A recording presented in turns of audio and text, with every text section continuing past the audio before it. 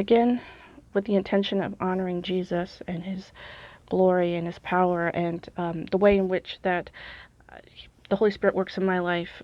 All I have is my own experience when the Holy Spirit does with me.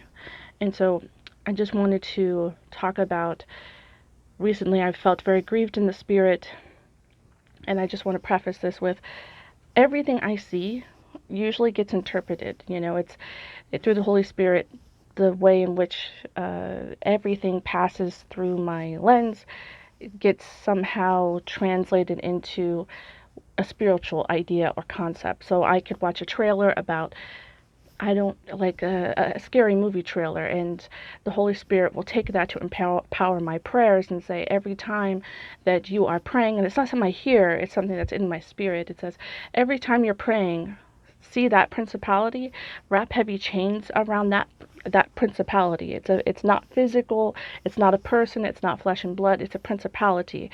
And picture those chains in Yeshua's precious name, bringing that principality down to the ground and down into the earth like a big, creating a big chasm into the earth and sliding into the.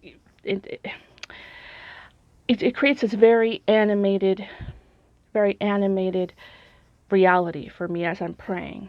Just like if you've watched Dragon Ball Z and you see the guys become Super Saiyans, I feel like the Holy Spirit does that. It does it in a spiritual way, though, and it's through the Holy Spirit to the high priest in the order of Melchizedek, who is Jesus Christ, who is also the sacrificial lamb, that these things are possible. It's not us. So you have in the book of Judges 7 where there's an army of 22,000, right? And they were reduced down to 10,000. And basically God said he wanted to make it clear, I don't want you guys to feel like it's your glory, unlike the Spartans. If you've understood the 300 Spartans, they're doing it for their own glory. But with God, he made it clear, so you do not become arrogant and know that this is in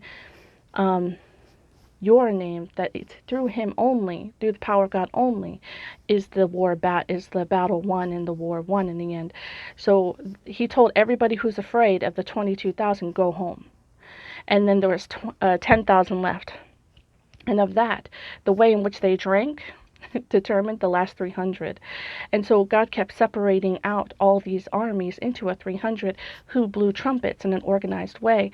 And it created like this sonic boom effect where it actually broke jars. This is interesting because as I was, in the Spirit thinking about this word if and about the 300, I was watching a video of La Palma, which is a big volcano out in the ocean, the Atlantic Ocean, off the coast of Spain, that actually created a sonic boom like a few hours ago. It created this huge sonic boom coming out of the mountain, and it's just kind of, again, this is somehow reality reflecting the way in which I'm reading the Bible at the moment, thinking about God, thinking about, through the Holy Spirit, because I was actually in a bit of poor in spirit today. I was a bit poor in spirit thinking about October. Now, if you're in that spiritual warfare, October is a big month. It's a huge battlefield. And I was just felt spiritually like I was coming up onto that hill, that battle, and I could hear the enemy in this vast place saying, if, and that if kind of echoing off the walls. If the economy does this, if the church doesn't do that, if this passes here, if the higher courts don't do this, if this. And that if can be, I think in the flesh, can be very frightening, because Christians are a ragtag group of people. They're kind of ragamuffins, we're soft housewives, and we're people who used to be a part of the MS-13 gang members who have tattoos on our faces, and some of these guys who've got out of prison and stuff, they're actually learning sign language so that those who cannot hear can know and understand, and through sign language get the gospel. So I mean, if there's a ragtag group of people, a ragamuffin group of people, it's definitely the Christian, right? I mean, and again, you think about the remnant. So I'm coming up on this hill of October, and I'm like very sad and groaning in the spirit, like, October it's a harsh month. It's always hard spiritually. It's always a rough month. And I'm gonna put a video down below of, again, the Spartans only fought for themselves and their own glory. But if you have a God like our God, if if the Spartans would only fight for themselves and they're just Spartans, how much greater is the God who's like, show up and the sky and the fire will fall from the sky into the ground. Show up and the ground will open. Have faith. Like all Jesus said is you need a mustard grain of faith. So as I was hearing this if and then these sentences of doubt just kind of tumbling in, I'm starting to get to that top of that hill, and all I hear back in response through the Holy Spirit is if. That's it. And it just echoed off the walls. That's all the Holy Spirit said is if. Now I'm gonna put that video down below. But what that translated for me was, if your lowercase g God gets off his, toilet and comes over here and actually makes the fire fall from the sky into the ground, into those logs, just like with Elijah, where Elijah just kind of sat and waited patiently for these high priests to run around and do some sacred dance, and finally he's like, yeah, where is your God? Where is he? That's if your God comes out of the restroom. Then maybe fire will fall from the sky.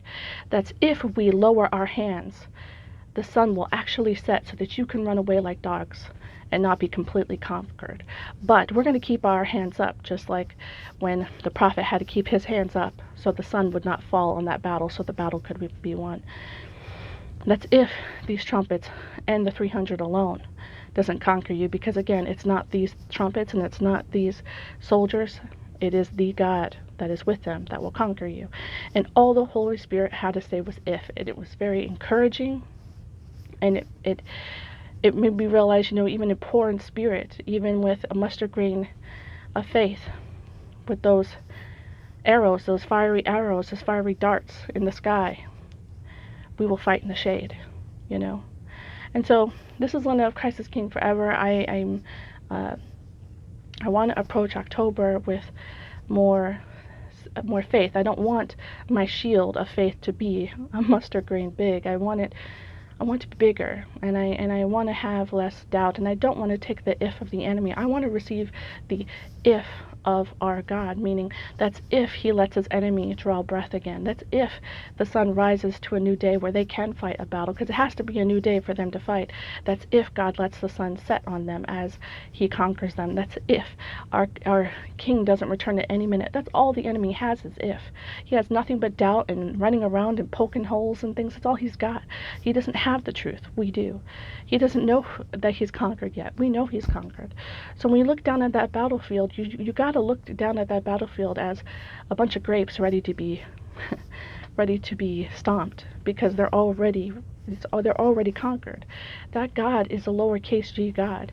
And so when you come into October, you don't be poor in spirit, because our God is with us. This is Linda of Christ is King Forever. May God be with you.